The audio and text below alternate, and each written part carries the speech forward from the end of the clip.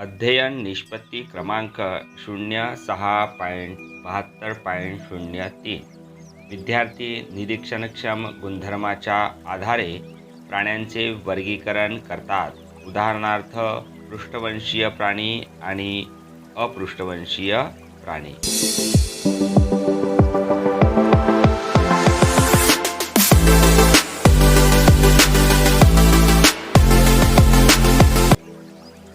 इयत्ता 6वी विषय सामान्य विज्ञान. प्रकरण 3 सजीवातील विविधता आणि वर्गीकरण. घटक प्राण्यांमधील विविधता आणि वर्गीकरण. विद्यार्थी मित्रांनो, आपण मागील तासिकेमध्ये वनस्पतीमधील विविधता आणि त्यांचे वर्गीकरण यांचा अभ्यास केला. आज आपण प्राण्यांमधील विविधता आणि त्यांचे वर्गीकरण याविषयी अधिक माहिती पाहू. पर्यावरणात टिकून राहण्यासाठी निरनिराळ्या प्राण्यांनी निरनिराळे आकार धारण केले आहेत. वनस्पतीप्रमाणे प्राण्यांमध्येही शरीर रचनेत विविधता आढळून येते. उदाहरणार्थ डोळ्यांना न दिसणारा अमिबा, आकाराने मोठा असलेला हत्ती, लहान गोगलगाय, पाण्यात पोहणारा मासा, आकाशात उंच उडणारी घार आणि असंख्य फुलांभोवती वावरणारी फुलपाखरे व इतर कीटक. भिंतीवर सरपटणारी पाल हे सर्व प्राणी आहेत. प्रत्येकाची वेगवेगळी वैशिष्ट्ये आहेत. प्राण्यांना डोके, मान, धड, शेपूट व हालचालीसाठी हातपाय असे अवयव असतात. शरीरातील विविध क्रिया करण्यासाठी विविध इंद्रिय संस्थाही असतात. या बाबतीत देखील प्राण्यांमध्ये विविधता आढळून येते.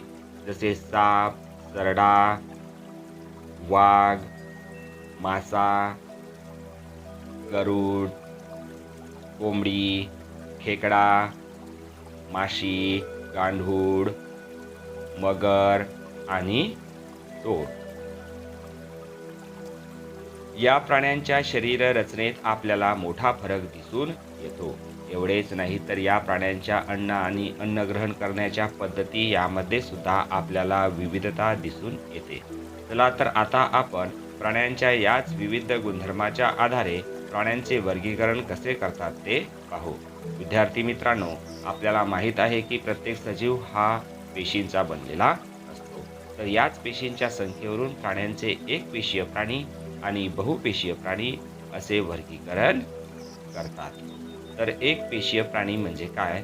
तर हे प्राणी अतिशय सूक्ष्म असून ते साध्या डोळ्यांनी दिसत नाहीत. यांना सूक्ष्मदर्शकाच्या सहाय्याने पाहावे लागते. उदाहरणार्थ अमिबा, पॅरामेशियम आणि युग्लिना. दुसरा प्रकार आहेत बहुपेशीय प्राणी. या प्राण्यांची शरीर रचना ही एकापेक्षा जास्त पेशींपासून झालेली असते. उदाहरणार्थ घोडा, अस्वल आणि हत्ती. तर विद्यार्थी मित्रांनो, आपण आपल्या पाठीच्या मध्यावरून जर हात फिरवला तर आपल्याला हाडाची एक माळ आपल्या पाठीत असल्याचे जाणवते. तर ही हाडांची माळ म्हणजेच पाठीचा कणा होय. असा पाठीचा कणा सर्वच प्राण्यांच्या शरीरामध्ये नसतो. यावरून पाठीचा कणा असणारे प्राणी म्हणजेच पृष्ठवंशीय प्राणी आणि पाठीचा कणा नसणारे प्राणी म्हणजेच अपृष्ठवंशीय प्राणी असे प्राण्यांचे 2 गट पडतात. तर पहिला प्रकार आहे पृष्ठवंशीय प्राणी म्हणजेच पाठीचा कणा असणारे प्राणी. उदाहरणार्थ साप, मानव, पक्षी, मासा आणि कांगारू. दुसरा प्रकार पडतो अपृष्ठवंशीय प्राणी. या प्राण्यांना पाठीचा कणा नसतो. उदाहरणार्थ गोगलगाय, सुरड आणि गांडूळ. अशा प्रकारे प्रत्येक सजीव आपल्यासारखा नवीन जीव निर्माण करीत असतो. यालाच आपण पुनरुत्पादन किंवा प्रजनन असे म्हणतो. तर या प्रजनन प्रकारानुसार प्राण्यांचे आणखीन 2 गट पडतात. त्यांचे वर्गीकरण बघू. पहिला प्रकार आहेत अंडज म्हणजेच अंडी घालणारे प्राणी किंवा अंड्यातून जन्म घेणारे प्राणी. उदाहरणार्थ बदक, कोंबडी, चिमणी आणि कावडा. प्रजनन प्रकारानुसार दुसरा प्रकार आहे जरायुज प्राण्यांचा म्हणजेच पिलांना जन्म देणारे प्राणी किंवा बाळाची वाढ मातेच्या गर्भातच होत असते असे प्राणी. यामध्ये आहे गाय, कांगारू, हत्ती आणि मानव.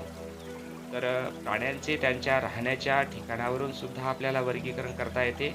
ते म्हणजे भूचर, जलचर, उभयचर आणि खेचर. तर पहिला प्रकार बघू आपण भूचर. जमिनीवर राहणारे प्राणी. उदाहरणार्थ घोडा, गाय आणि हरिण. यानंतर ठिकाणावरून दुसरा प्रकार आहेत जलचर. पाण्यात राहणारे प्राणी. उदाहरणार्थ मासे, डॉल्फिन आणि झिंगे. त्यानंतर तिसरा प्रकार आहे उभयचर. हे प्राणी जमीन व पाणी या दोन्ही ठिकाणी राहतात, म्हणून त्यांना उभयचर असे म्हणतात. उदाहरणार्थ बेडूक, घोड, मगर आणि कासव. त्यानंतर चौथा प्रकार आहे खेचर. हे प्राणी हवेमध्ये संचार करतात, म्हणून यांना खेचर असे म्हणतात. उदाहरणार्थ घार, गरुड, कावळा आणि फुलपाखरे. तर विद्यार्थी मित्रांनो, या प्राण्यांमध्ये त्यांच्या आकाराबाबत, शरीराच्या रचनेबाबत, खाण्याच्या पद्धती आणि इतर अनेक बाबतीत आपल्याला प्रचंड प्रमाणात विविधता आढळून येते. अशा या प्राण्यांचे वर्गीकरण आज आपण पुढील प्रमाणे केलेले आहे. पहिला प्रकार पेशींच्या संख्येवरून आपण वर्गीकरण केलं, ते म्हणजे एकपेशीय प्राणी आणि बहुपेशीय प्राणी. दुसऱ्या प्रकारात आपण पाठीचा कणा असणे किंवा नसणे यावरून वर्गीकरण केलं, ते म्हणजे पृष्ठवंशीय प्राणी आणि अपृष्ठवंशीय प्राणी. आणि तिसऱ्या प्रकारात जन्म देण्याच्या पद्धतीवरून आपण वर्गीकरण केलं, अंडज आणि जरायूज. आणि राहण्याच्या ठिकाणावरून भूचर, जलचर, उभयचर आणि खेचर असे वर्गीकरण केले. अशा प्रकारे प्राण्यांचे वर्गीकरण हे त्यांच्यामधील साम्य आणि भेद लक्षात घेऊन अनेक प्रकारे करता येईल.